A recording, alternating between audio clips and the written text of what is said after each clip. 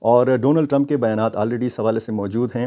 امریکی جو موجودہ انتظامیہ ہے اس کی خواہش آلریڈی موجود ہے کہ یہ اسلحہ ہم نے واپس لینا ہے، باگرام ایئر بیس کا کنٹرول بھی ہم نے حاصل کرنا ہے۔ تو پاکستان اور امریکہ کا جو ایک دفاعی تعاون ہے اور یہ بڑھتا تعاون ہے، اس حوالے سے یہ امکانات بہت زیادہ جو ہے وہ تقویت پکڑ رہے ہیں کہ امریکہ اور پاکستان شاید مل کر افغانستان کے اندر کارروائی کر سکتے ہیں۔ ایک تو بنو حملے کے بعد یہ امکانات موجود ہیں کہ پاکستان اپنا وہی پرانا ایک آپشن استعمال کرتے ہوئے فضائی کارروائی کر سکتا ہے افغانستان کے اندر۔ آج تو سارا دن خاموشی رہی، کل رات بھی خاموشی رہی، لیکن میں ایک بار پھر ذرائع کے حوالے سے آپ کو بتا رہا ہوں کہ آئندہ چند گھنٹے جو ہیں اس حوالے سے کافی اہم ہیں۔ پاکستان اور افغانستان کے جو الزامات کا سلسلہ ہے، پاکستان کا الزام ٹی ٹی پی کے حوالے سے ہے، اور جواب میں افغانستان کے جو طالبان ہیں وہ داعش خراسان کے حوالے سے پاکستان کے اوپر الزام لگاتے ہیں۔ پاکستان نے شدید رد عمل دیا ہے ذبیح اللہ مجاہد کے اس بیان کا کہ جس میں انہوں نے دعویٰ کیا کہ مستونگ بلوچستان میں داعش کے تربیتی مراکز ہیں، اور ان مراکز سے یا اس مرکز سے بھرتی بھی کی جا رہی ہے، اور یہ مرکز جو ہے یہ افغانستان کے خلاف استعمال کیا جا رہا ہے۔ دفتر خارجہ نے اس کا رد عمل دیا ہے اور اس الزام کو بے بنیاد قرار دیا ہے، اور کہا ہے کہ اس قسم کے الزامات جو ہیں اس سے افغانستان کی حکومت اپنی وہ کوتاہی چھپا نہیں سکتی کہ جس کی وجہ سے وہاں پر باقاعدہ ٹی ٹی پی کے لوگ موجود ہیں اور وہاں پہ منصوبہ بندی ہوتی ہے اور افغانستان کی سرزمین استعمال ہو رہی ہے پاکستان کے خلاف۔ تو کشیدہ صورتحال ہے، اور اس کشیدہ صورتحال میں ہم پاکستان سے جو وزیر خارجہ اور نائب وزیر اعظم ہیں اسحاق ڈار یا وزیر اعظم شہباز شریف، ان کی طرف سے کوئی اس طرح کا رد عمل جو ہے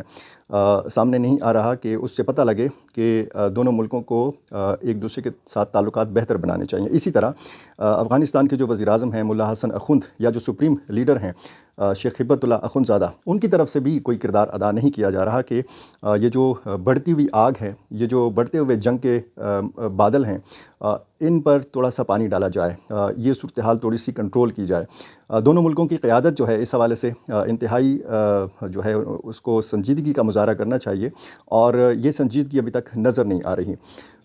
مورچہ زن ہیں دونوں ملکوں کی فورسز، اور اگر پاکستان کے اندر حملے ہو رہے ہیں اور ہم ہر حملے کے بعد ہم یہ دیکھتے ہیں کہ افغانستان کا ذکر ہوتا ہے، اور پھر افغان مہاجرین کا معاملہ، اور پھر امریکی اسلحہ کا جو ایک پوائنٹ ہے وہ پاکستان کو ایک ایسا ایشو ہاتھ آیا ہے۔ ایک تو پاکستان کے اندر ہونے والے حملوں میں یہ اسلحہ جو ہے پاکستان نے کہا ہے کہ یہ استعمال ہو رہا ہے، اور دوسرا امریکہ کی طرف سے بھی بار بار اس اسلحے کا ذکر کیا جا رہا ہے۔ اور حال ہی میں جو رابطے ہوئے ہیں، بڑے قریبی رابطے ہوئے ہیں، یہ رابطے بڑا خفیہ انداز سے تھے۔ جب شریف اللہ کی گرفتاری کی بات سامنے آئی ڈونلڈ ٹرمپ کی زبانی، تو تب پتہ چلا کہ بہت زیادہ دفاعی تعاون جو ہے اس حوالے سے رابطے ہیں بھی، اور ان رابطوں میں مزید اضافے کا بھی امکان ہے۔ افغان مہاجرین کا معاملہ جو ہے یہ، اور تورخم سرحد کی بندش، ہم اس سارے معاملے کو جوڑتے ہیں ٹی ٹی پی کے ساتھ، کیونکہ ٹی ٹی پی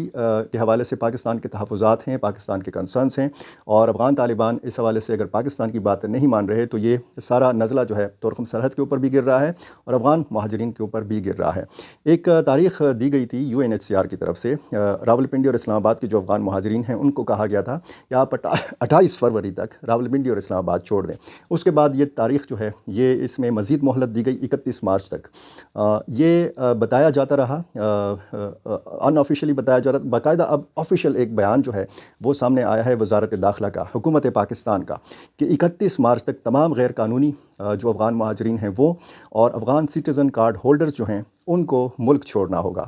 1 اپریل سے باقاعدہ گرفتاریوں کا سلسلہ شروع کیا جائے گا، ملک بھر میں یہ شروع کیا جائے گا، صرف راولپنڈی اور اسلام آباد کی بات نہیں ہو رہی۔ 31 مارچ کی جو تاریخ دی گئی ہے وہ ACC کارڈ ہولڈرز اور تمام غیر قانونی جو افغان مہاجرین ہیں ان کے لیے یہ تاریخ دی گئی ہے۔ پچھلے سال جب ہم نے دیکھا اکتوبر، یعنی نگران جب دور حکومت تھا، نومبر 2023 میں یہ بتایا گیا تھا کہ جی آپ چھوڑ دیں، یہ ملک چھوڑ دیں، تمام غیر ملکی جو غیر قانونی طور پر پاکستان میں مقیم ہیں ان میں افغان مہاجرین کا بطور خاص نام نہیں لیا گیا تھا۔ یہ جو پریس ریلیز وزارت داخلہ نے جاری کی ہے یہ بطور خاص افغان مہاجرین کے لیے ہے، اور اس کے بعد جو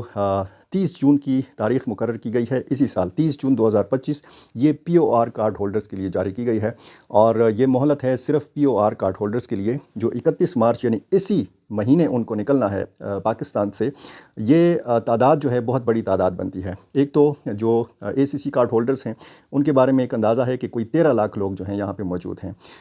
POR کارڈ ہولڈرز جو ہیں وہ 14 لاکھ ہیں، ان کے لیے تو 30 جون تک کی مہلت ہے، لیکن جو غیر قانونی افغان مہاجرین ہیں ان کی تعداد اندازوں سے کہیں زیادہ ہے۔ پاکستان کی وزارت داخلہ نے جو بیان جاری کیا ہے اس کے مطابق تمام تر تیاریاں مکمل کی جا چکی ہیں۔ ان کی رہائش یعنی جب یہ جائیں گے اور ان کی خوراک کا بندوبست بھی کیا گیا ہے۔ ان کو بتایا گیا ہے کہ باعزت طریقے سے جو ہے اپنے وطن واپس بھیجا جائے گا۔ پاکستان نے ایک جو ہے ذمہ دار میزبان کا کردار ادا کیا ہے، اور ہم چاہیں گے کہ پاکستان کے اندر جو افغان مہاجرین ہیں وہ آئین کی پاسداری کریں اور یہ عزت اور احترام کے ساتھ اپنے وطن واپس چلے جائیں۔ ایک مہم چل رہی ہے سوشل میڈیا پر، اور جب بھی میں اس حوالے سے بات کرتا ہوں، ویڈیو کرتا ہوں، تو کمنٹس میں آپ دیکھ سکتے ہیں کہ گو افغانی گو کے الفاظ جو ہیں یہ مختلف جو میرے ناظرین ہیں ان کی طرف سے کمنٹ باکس میں لکھے جاتے ہیں۔ تو اس سے پتہ چلتا ہے کہ افغانستان کے شہریوں کے خلاف بھی جذبات موجود ہیں، ایسے بھی افغان مہاجرین ہیں کہ جو پاکستان مخالف جذبات رکھتے ہیں، لیکن تمام لوگ برے نہیں ہوتے۔ ظاہر ہے کہ پاکستان میں بھی اور پھر افغان مہاجرین میں بھی ایسے لوگ موجود ہیں کہ جو جرائم پیشہ بھی ہیں، جو دہشت گردی کی کارروائیوں میں بھی ملوث ہیں، لیکن تمام کے تمام پاکستانی یا تمام کے تمام افغان مہاجرین جو ہیں یہ جرائم پیشہ نہیں ہیں، تمام کے تمام افغان مہاجرین جو ہیں یہ دہشت گرد نہیں ہیں۔ اب دیکھنا یہ ہے کہ حکومت پاکستان اس حوالے سے مزید کیا اقدامات لیتی ہے، لیکن جو ایک عالمی برادری کی طرف سے ایک امکانات تھے کہ جی پریشر آئے گا پاکستان کے اوپر، لیکن امریکہ اور پاکستان کا جو بڑھتا ہوا تعاون ہے تو اس سے یہ لگتا ہے کہ یہ دونوں مل کر اب افغانستان کی حکومت پر مزید دباؤ ڈالیں گے۔ اسی طرح کے معاملات کے حوالے سے جاننے کے لیے میری آپ سے گزارش ہے کہ میرا چینل سبسکرائب کیجئے، مجھے اپنی رائے سے ضرور نوازا کیجئے، اور مجھے یہ ضرور بتایا کیجئے کہ آپ کس ملک سے اور کس شہر سے مجھے دیکھ رہے ہیں اور سن رہے ہیں۔ بہت شکریہ۔